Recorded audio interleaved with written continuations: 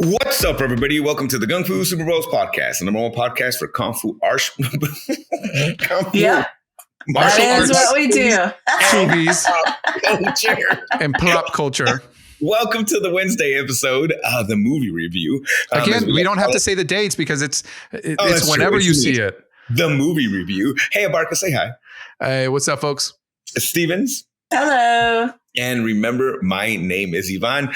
Enrique is still missing. It's been so many days since the last time we filmed, and we don't know where he's at, but he should be back next week. And we're all wearing the same thing because we're so scared. Yes, Abarca, what's up? Listen, you guys canceled him because he was too loud. And now look at this. Look what happened. But yeah, we are talking about, I'm excited about today. I really kind of want to get into this one. The One-Armed Swordsman. Because we found out that's a problem, swordsman. Yeah. Hey, yo, Abarca. Hit him with the back of the box. All right. The One-Armed Swordsman, 1967. Maimed by a jealous rival or jealous rivals, a lieutenant begins specialized training as part of his plan to destroy a gang of villains. This movie was directed by Che Chang. Uh-huh. It stars the inimitable Jimmy Wang Yu as Fang Kang. Jimmy Wang Yu, you didn't get to see in our last movie, but his movie is the movie that they changed to be Kung Pao, Enter the Fist. Oh, that's crazy. Okay. Yeah. It also stars Chow Chow as Xiao Man, Yin Se Pan as Chi Pei, David Chang as the Tavern Scout, Tai Lung as Lu Hong, Ku Feng as Fang Shang, and La Carlong as Ba Shuang. Shang. That's something. Sorry, folks. It's early in the morning. Just so people know, this is the 1967, and it is a one-armed swordsman. And the reason we were kind of making that a thing is that even us, Abarca, you rented the One-Armed Swordsman. Men. And it's a completely different movie. Well, it's like a fourth movie. It's 10 years later. And Okay. I don't know if it's not even a Shaw Brothers movie. Oh, wow. Okay. Yeah. So make sure you get the right one, One-Armed Swordsman. And I say that because honestly, I think you'll enjoy this thoroughly. We had a review from Enrique. We usually go to him with this. He seemed to have enjoyed this movie. He said that this is the best storytelling that he's seen from the Shaw Brothers, that he feels like this is the best kind of like story that the Shaw Brothers have had.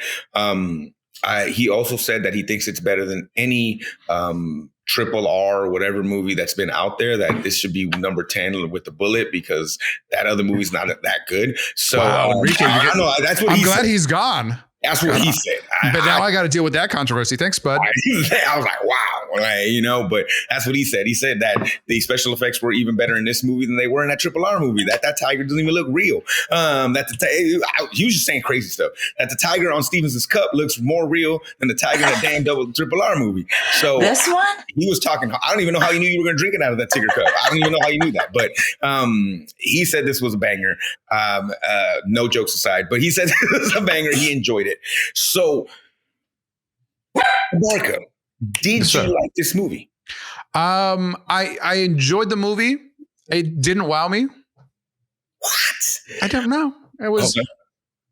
It didn't wow me. But I do agree that it's probably the best storyline of it.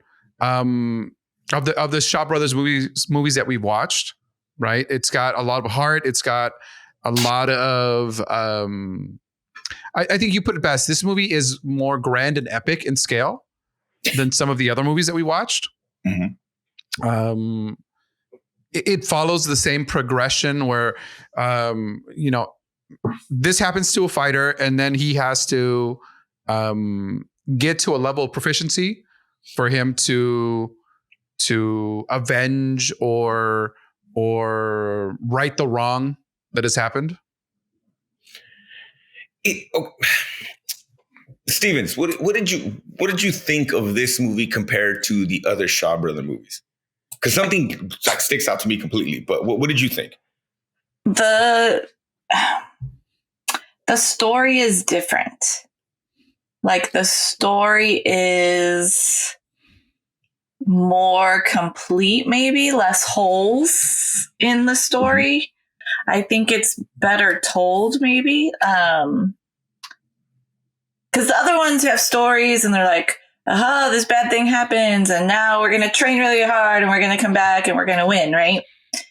This one has more to it. Like, it's just, there's more story to tell, I suppose. And there's love and there's revenge and there's like devotion. Yeah, it's a big one. Mm-hmm.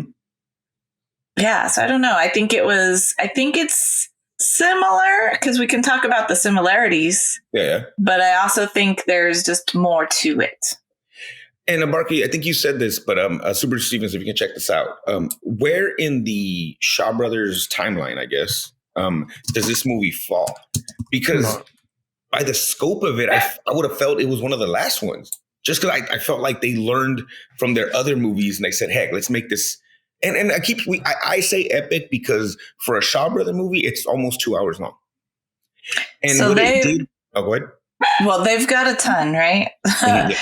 Their earliest movie is 51. 1967. Dang, wow. So, and then their like heyday when they start pumping out is the early 60s. So this is later in the run then. So this is 67. This is their biggest year. This is their most movies in 1 year. Oh, wow. Okay. Interesting. So it's probably like, and then they do have the years that follow are almost as heavy as that year. So looks like their biggest run is from like 67 to 70. Ooh, 74 is really big. 75 is really big. So all the years that follow are really big years for them. So I don't know. You would think, though, that their big years, they might not try to make a movie as big, right? They would stick to these kind of like, because what I think this movie does is that the others don't do is a lot of times with the Shaw Brother movie, they'll give you a lot of the story in the title card. They kind of like set you up and then you're like, this happened, this happened, this happened, this person got killed, movie starts. Yeah. And this movie doesn't do that. This movie starts the story and gives it to you all. Like they could have easily have shown the one-armed swordsman's father getting killed real quick or something like that. But it starts and it kind of goes there. And I think what I really enjoyed is everything pays off in this movie. And it is simple. I get it, but I like that it did. I like that the father's broken sword comes into play. I like that the fact that he's left-handed, that the fact that he loses his right arm and he's a lefty comes into play. I love that everything that they do it for a reason. And the story just kind of pays off. I think it's really, really cool. It was interesting to see the Shaw Brothers really really kind of do a love angle to it that we haven't seen in the other movies. Like a real sick, twisted version of it with the daughter, but also a very sweet, like, and a little heartbreaking at times because of the choices he makes with the girl that picks him up and like takes care of him and nurses him back to health. Like, and then on top of that, she has her own past. And that she has to wrestle with because of what happened to her father. So there was like levels and I didn't mind it. And I like their levels. Fighting wise, I'm with John. I was not blown away by the fighting. I think Crippled Avengers does a better job. I think a lot of the other movies that we've done a better job. But that's that group of guys, right? The Five Diddy Venom's crew. Yeah. They were amazing together.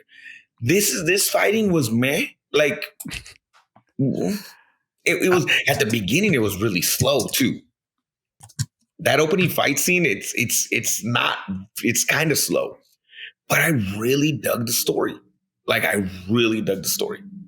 And Abarca gets a ton of that, like bright blood in this one. I love it. I love that blood. 60s, 70s blood. For me, this movie, I don't know how much it is Che Chang that says, hey, this is the story I want to tell. This is how big this thing is. Because we've seen some of his other movies and they're not as epic in scope, but they have more action. So I don't know if it's a financial decision. They're like, dude, we can't have a 2 hour long movie when we can make a cheaper thing and probably make more money at an hour 30. Maybe now they have money, so they're willing to do a few 2-hour shots and kind of like do it. So now I want to see what the duration of these movies are, right? How do they make a whole bunch of little short ones, and they're like, hey, you get one big one, dude, and make it happen. But yeah, it's funny that the chin fighting style never took into consideration the close quarter combat. That was your biggest annoyance. It was because there's usually two of them, and you see how he dies. You're like, oh man, my friend stepped way too close, and he got hit by a dagger in the belly. Yeah, Let me not do that. How about I take a few steps back? Get out of dagger range. Can I get out of dagger range? Yeah. But that's the thing. You're okay. This was Bruce Lee's thing, right? You get stuck in your ways. You follow your book to a T, and every fighting style has its problems. Yeah. So this other crew studied that Chi fighting style forever. They literally made a weapon. Again, I thought that was cool. That completely messes up their fighting style. Their weapon is a grabber arm. Yeah, it really is. It's little squeezy ones that just grab, but it works. Got it. And you're right. And these guys couldn't adjust. Realistically, the only reason that Fang adjusted was because he lost his arm. Yeah, that was it. And he got the book from his girl. The only payoff that we don't see is that not only can he fight in a different style with the short sword for his left hand, but he's got more chi in that hand apparently, right? Because he could just go like this, and then he knocks the tree down and stuff. The one scene that I miss in this is maybe his sword gets trapped, right? And he's like, oh, hold on, and goes boom, and then just pushes him back, and he's like, what? And then takes out a short sword. Yeah, he uses a chi in the it seems like in the floating. They're jumping in the floating part of it, but you're right. There's no real but I enjoyed the bad guys. I enjoyed Longhand. I enjoyed the two little chubby fools that aren't as good as they think they are. The daughter. Oh my God. So okay, this movie is freaking crazy. I'm telling you, it tells you such a big story. So we start off with he's a master. What was the master's name? Because Fang was a kid, but the main master, the swordsman of all swordsmen, basically. Yeah. Right? He gets attacked by a rival. When he gets attacked by and the swordsman defeats a rival, whatever, sends him on his way. Comes back later. Even that comes back later. But the swordsman, but in that he gets poisoned. So Fang's father defends just long enough for the master to come back and basically take it out, right? And in his dying wish is, here's my son, take him under your wing, make him your dude. And then this little kid picks up his dad's broken sword. And I'm just like, bro, yeah, I'm in, strap it in, let's go. So then you fast forward, and now you see this guy older, and it's kind of cool because they do this whole play off of he gets treated like garbage because he's, number one, he's not rich and he's a peasant. Number two, they're making fun of him because he has one arm. That's that whole thing. And but the master loves him to the point where he, after calling his daughter a hoe, basically wants him to marry his daughter. He tells his wife that, I hope one day not these rich fools, not these fools that they pay a ton of money to me to be their master. I want this kid to be because he's the best one. When I retire, he's going to be the dude.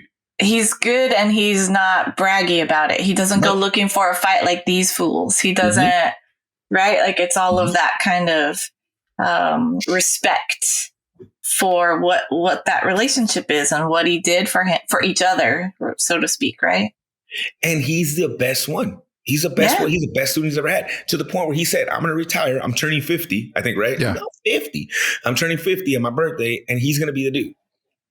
But Fang sees these guys talking about him, and he gets so hurt by it. He's like, man, forget you. I'm gone. Taking off. I'm taking off. right? And the daughter, she's wild. I don't understand her. Her character is insane. Train with me. I want to train. Yeah, dude. But then, like, he's trying to leave, and they're like, "Nah, dude, I want to fight one last time." And he's like, "Bros." Now, this was weird though, because he was cocky in this instant, right? Well, I don't know if he was cocky. He was, right, because he was kind of like, guys, like, I don't need to be fighting y'all because y'all suck. Like, that's basically what he said. Like, like, you guys are trash. Like, sometimes I think you don't even get trained by the same guy. You get trained by whatever, right? And then you don't take this seriously. I guess maybe that's what it is. It's not braggy as much as it is like, I put in the work, you don't put in the work. Yeah. Well, that's what it comes down to, right? Yeah. And then, like, the girl's like, no, you're not going to leave before you fight me. He basically doesn't even use a sword because, like, bro, you're trash. I don't want to hurt you. Beats her senseless. Well, not even beats her, just defeats her. Yeah. And then she cuts his arm off by mistake. She's like, ugh. And she says it's because I was angry. Well, what the hell? And that was in the first 20 minutes. Yeah. Like, we're only 20 minutes into this movie, dude. And now this man's walking around with one arm. And then, like, I'm thinking, okay, this is going to be a quick 5-10 minute. He gets better. And then we're going to go into some training and he's going to come back. Okay, hour and 30 minutes, easy. No. Yeah. Like, we get this whole love story. We get this whole, he meets these people. He meets this girl. He figures out that he gets beat up by these guys that are trash because he can't fight anymore because he has one arm. Pop, pop, pop, pop, pop. We find out the girl's father was like him. Basically the same person. And because of what he believed in, it killed him. He died. And the last thing he gave was this little book that, because it was burnt, only had the left-handed style in it. Yeah. Is that what I was supposed to believe? Yeah. Oh, thank God. I finally found a one-armed guy that I can hang out with. Well, the left side of the book was the left arm and the right side of the book had all the right arm stuff. And so one side burned and that's what you got. And I know that's super convenient. I get that it's super convenient. But, like, I loved it. I loved every second of that. And I even loved hold on, my freaking daughter's deciding to make as much noise as possible next to me over here. Jesus Christ. But, like, I love that. Like, we even had the freaking when she's a little girl, and, like, the dad's like, like, he gives her the book. It's Take this book. Take this book. Make sure you don't burn it. And the mom's like, I'm burning this book, and she burns half of it. I dug it. I dug all of that. I really did. And at the same time that this love story is happening, the Shaw brothers are giving us a revenge angle. Because you don't know, but Long Arm is basically the guy that he beat up. And all he's done since then, since he was training this one arm, well, not the one arm, since he was training this kid, the bad guys were basically learning his style. And learning his style to a point where they created a weapon to stop it. It was cool. It was a pincher. It was just a pincher, but it worked. It worked, dude. I loved it. And then what was the name of the second bad guy? Smiley Face or? Yeah, Smiley Face. Your Smiley Face. Yes. Yes, I am. I know. I dug all of that. I dug all of it. But the daughter was weird throughout because in some sick sort of a way, she loved him. But I love him. And I hate it. Yeah, like, it was kind of weird. I think it's like that 8th grade kind of like, I like you, so I'm just going to hit you all the time. You know what I mean? Yes, I guess, yeah, you're right. But dang, that wasn't a hit, man. That was a slice. Like, it was arm. bad. But, and then throughout the whole thing, Fang has to balance between this girl that he loves, because he loves her, because of all she's done for him, and this devotion, you said it, Stevens, the devotion he has for his master. Because the master's not a bad guy. It doesn't seem like it. Like, he's not a bad dude, and he has to try to make that choice. And I feel like he makes the choice multiple times, you know? So that's a tough one. So what'd you think, Mark? Did Dave Filoni and Jon Favreau steal this story for The Mandalorian? Because he's devoted to the ways of Mandalore, but he loves that baby Grogu like we do. And I mean, don't you feel like in this movie, at least, he makes the choice both, like, he keeps choosing back and forth. Yeah, and he can't. Ultimately, he can't. but we'll see that in multiple sequels. You said, Stevens, you said that he's at least in part 2. He is in Return, which is 2 years Satoichi later. versus the One-Armed Swordsman. Ooh, two movies connecting together. Is Satoichi in that? I don't know. It's not the.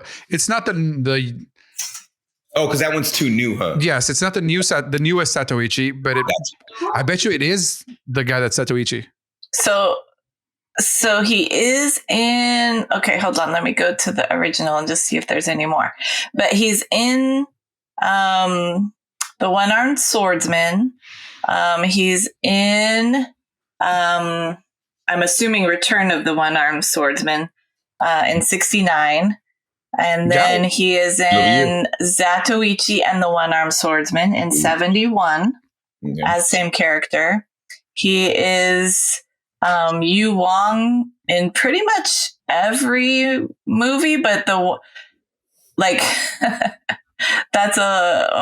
he's like that guy throughout all the 70s. Because when this movie came out, this was the biggest Hong Kong movie ever, and it made like $1 million that year or whatever, and like shot him to superstardom. So like when you look at his characters, like all of them are as Yu Wang. But so he's in the One-Armed Boxer in 72. He's in where did it go? He's in a lot of movies. He's in the One-Armed Swordsman as same character. Oh, so wait, he was in a movie that Abarca was seeing? Yep. He's in Master of the Flying Guillotine as the One-Armed Swordsman. We gotta see. That's a banger too, guys. We gotta watch that. He's in One-Armed Swordsman versus 9 Killers as the One-Armed Swordsman. So he's like, he has made that his thing, you know? It's kind of like if Bruce Lee played the same character from like Fist of Fury throughout his whole career, right? But yeah, dude, you're not even joking. Like there's dozens, at least maybe 20, maybe more, where he plays that character. Yeah. Wow. He's like, I'm good at this one thing. I'm gonna write it out. It's like if the same guy played Batman in every single movie that they ever made, right? Kind of like that's what it would be like. Sure. I think he became popular and people knew him as that, and they just threw him and went with it, right? Because he was even that before the One-Armed Swordsman. Oh, yeah. I think Yu Wang is his what he was named. That's his name. Yeah. But the same character is throughout. So like the One-Armed Swordsman is what you're looking for when you're looking through the list. Yeah, no, he's Yu Wang. Yeah, that's his state. How many movies do you think he plays that character from the One-Armed Swordsman? At least like, what did I name? 8? Damn. Wow, that's crazy. Because that's a ton. Yeah. There's a lot of movies on here that I'm like, ooh, that looks kind of cool. So so what you think of Barker's in that Satoichi movie, it might be a guy that was playing Satoichi. Yeah. I have not seen that. There's a Jimmy Wang Yu movie that I want to watch called Hong Kong, The Man from Hong Kong. Is that one of his older, like newer ones? I mean, that's a mid 70s, and it's like modern day or modern time for that movie. Okay. It's essentially an exploitation movie. Ooh, The Man from Hong Kong. Okay. Yeah. 1975. Yeah. Okay. Dude, I will tell you, I was kind of telling this to Barker. I think Jimmy, he gets down. Like, I would love to see other movies from this guy. Like, I thought he was able to carry the character well.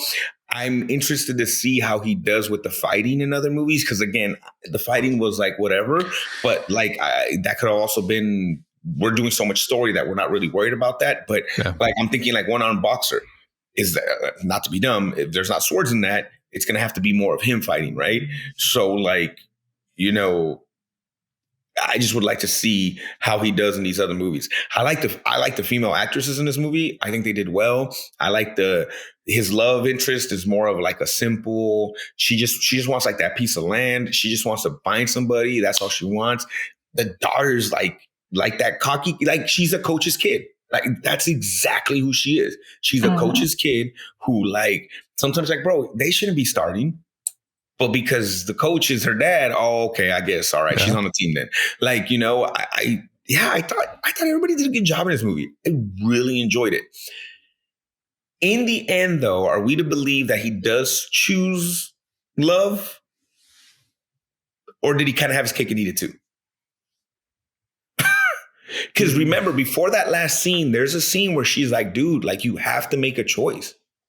And he goes and he protects his master. Yeah. But then after I have that, to tell him once. I could not live with myself. And that's not necessarily make him a bad guy or anything like that. He just was devoted to this man who took him in.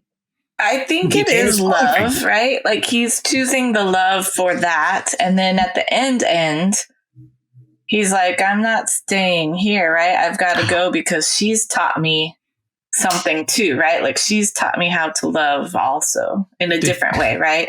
Did Shang-Chi and the Legend of the Golden Rings, did they steal that angle from this? Right? Because Andy Lau can't stop being the Mandarin, can't leave the power away. Mm-hmm. Yeah. Well, on a side note, the preview of One-Armed Boxers happened on the side over here on my iPad, and this shit looks insane. Plus, there's a special edition Blu-ray that dropped May 2021. I don't even know what that means, but there's a special edition Blu-ray that dropped as of last year. So, I would really love to come back to watch some of these other movies, especially part 2, because I want to see if they truly. Like, what happens with that love angle? Is everybody back? Does it continue? Because I hope they don't just kind of like, there's like, I just want to see what happens, I guess. I just want to see what happens with that. So that should be really, really interesting. That's awesome. So, okay, he chose love, I guess, right? I guess love for his master as much as love for this person. The people that were trying to get the revenge are done. What happens to the daughter now? Maybe she starts at school. Had to cut arms off. She's trash. I would love for the daughter to be the bad guy in the next movie. See, I'm not trying to write a better movie for these people, but I would do it if the daughter comes back and now she's evil because of the love she lost. Bro, come on. Like, I mean, that would be amazing. And again, I have not seen the sequel, so I would love that. But it just would be interesting to see where they go with this. All right. I enjoyed this movie. Barker, would you tell people to watch this movie? Yeah, it's a different Shaw Brothers movie than what I was expecting, and it's a good movie. Okay, Ms. Stevens, would you tell people to watch this movie? It is a good movie. It's good from the get go. And when I text you and I was like, "Oh my God, what did she just do?" I was like, "She did him dirty." She did him dirty. I was like, "Yeah, it was good." True. Okay, I will say yes. Watch this movie. I thoroughly enjoyed it. I thought it was really, really good. So, Super Stevens, what's the top 10 list that we got this week? What do we got so far, Stevens? Should I start at 10 because Enrique is not here? Do it. No. Also, no pressure. I just put in my breakfast order. So I like Enrique, I have a heart out. Yeah, he has a heart. And I have a heart on. So, Stevens, go. Wow. I wouldn't do that. And I'm Team Enrique. Yay! So at number 1, we have Fearless. Number 2 is Enter the Dragon. Number 3 is Everything Everywhere All at Once. Number 4 is The 36th Chamber of Shaolin. Okay. Number 5 is Legend of the Drunken Master or Drunken Master 2. Number 6 is Way of the Dragon. Number 7 is Crippled Avengers. Number 8 is Crouching Tiger, Hidden Dragon. Damn it. Number 9 is Fist of Fury. And number 10. Oh, there it was. And number 10 is RRR. And we did get from Enrique that he would place this at number 10. So do you two place this amongst the other Shaw Brothers movie in the top 10? What do we have Crippled Avengers at? Number 7. And what's before Crippled Avengers? Way of the Dragon. And before Way of the Dragon? Legend of Drunken Master.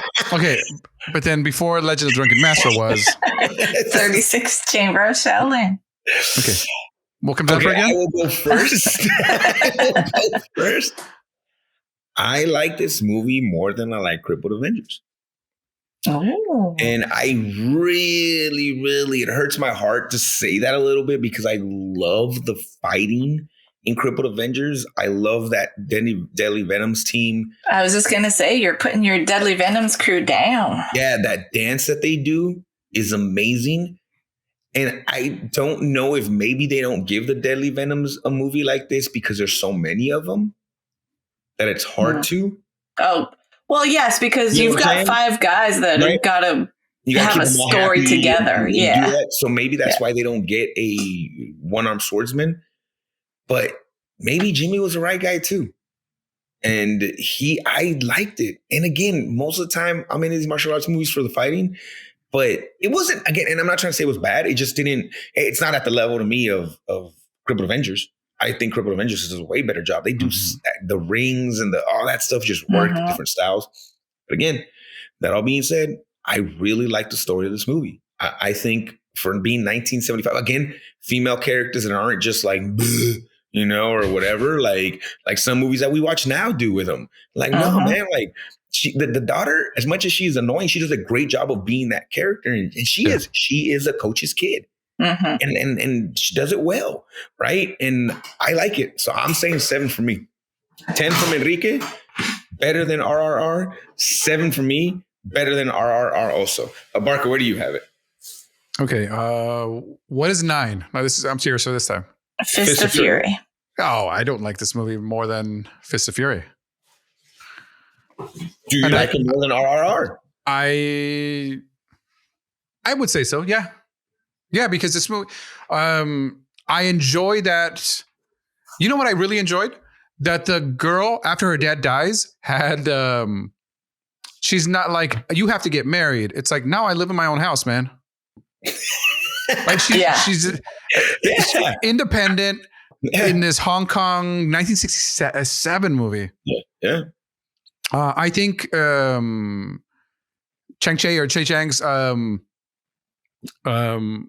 Venom's movie are better than this one. So that one's still high up for me. So I would say this is 10. Okay. So we have 2 10s and a 7. Stevens, where does that put us? 9. Ooh. So this means Fist of Fury's at 10? Well, nothing's been Fist of Fury. If you're taking the average like that, yeah. I just said it first. Nothing ever beats Fist of Fury. Sorry, guys. Nothing's ever been Fist of Fury. We might as well wrap this podcast up. There's only 2 movies that could possibly top Fist of Fury. Big Boss and then Beat Death. Yes. So you're 2. That's it. 3 if we count the documentary. My Name is Bruce.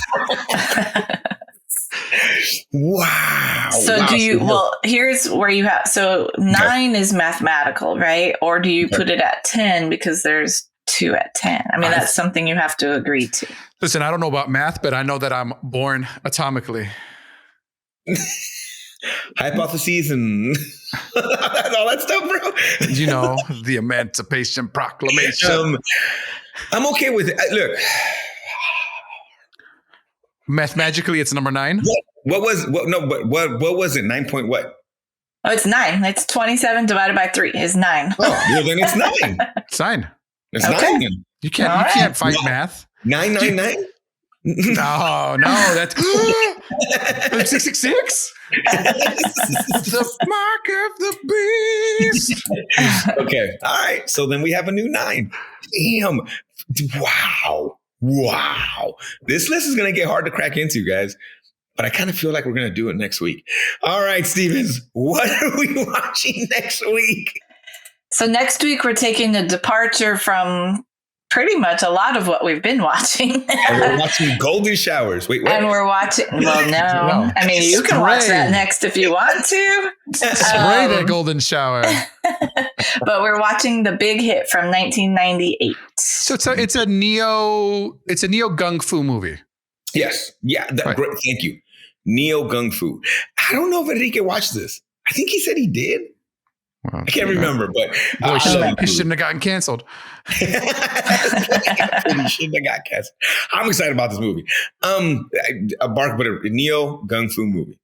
Yeah. And this is Mark Wahlberg. But is it the director? Oh, I don't know. I think it's is it a French guy? It's one of the proteges. Oh, my bad. I thought it was Kirk Wong. No, no. Who is it, Steven? It's directed by Kirk Wong. Oh, I thought it was a Face Off. No, I thought it was one of Luc Besson's dudes. Oh, okay. He made Rock and Roll Cop. Okay, yeah. Okay, cool. All right, this is fun, guys. This will be fun. The story's a little weird. it's fun. Best movie Lou Diamond Phillips has ever written. I want to say that. Best movie? Well, it's either this or Young Guns for me. Well, that's what I was gonna say. Better than Young Guns. That's why I was like, wow, really? Well, his character is his character in Young Guns. I think is cooler than this, but I think overall this is a better movie. Yeah. Gotcha. So, you know what I'm saying? Like, Mark Wahlberg, Lou Diamond Phillips, Joaquin Woodward. Yes, and Antonio Sabato Jr. Antonio Sabato Jr. Yeah, I forgot about that. Yeah, Antonio Sabato Jr. Yeah, and a whole lot of lotion. But yeah, it's a really good time. You guys should enjoy this. It's awesome. It should be a lot of fun. We'll be ready for next week. I'm excited about that one for sure. You can stream it on DirecTV if you have DirecTV streaming. You can rent it pretty much anywhere, or you can also buy it anywhere. Sweet. Oh no, I don't have DirecTV. I have Spectrum. Never mind. I don't even know what I have anymore.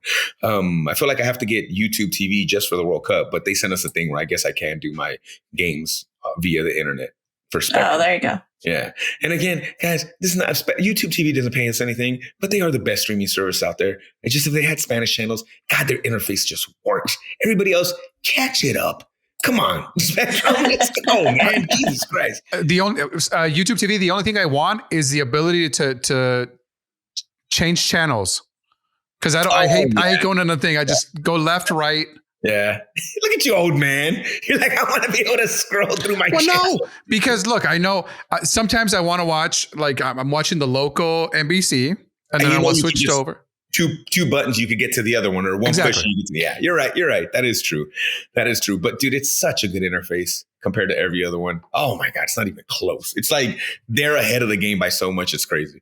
But yeah, again, they didn't pay us for that, guys. But hey, Bark, if they want to get a hold of us, and everybody did want to pay us or say hi or do whatever, where can they get a hold of us? Well, guys, if you want to visit our socials, www.linktree.com/GungFuSuperBros.com. That's LINKTR.ee, Gung-Fu Super Bros. You can go leave a voicemail at www.gungfusuperbros.com or be part of our call our Google Voice number 661-401-5941. Be a part of our show. Rate, review, leave a comment on Apple Podcasts, Spotify, Google Podcasts, here on YouTube. New episodes come out Mondays and Wednesdays. Ring the bell icon for notifications. Yeah, guys, keep hitting that button. Let us know. Viewers like you. All that stuff. Viewers like you. Abarca, say bye. Hey, mahalo, folks. Stevens. Bye. Enrique. Bye. Okay, hold on. Do it again. Enrique. Yep, the droid is ready. The droid is ready. And remember, my name is Ivan. Love you guys. Don't you know? I've always loved you. Love me? You always did your best to torture me. You cut off my arm.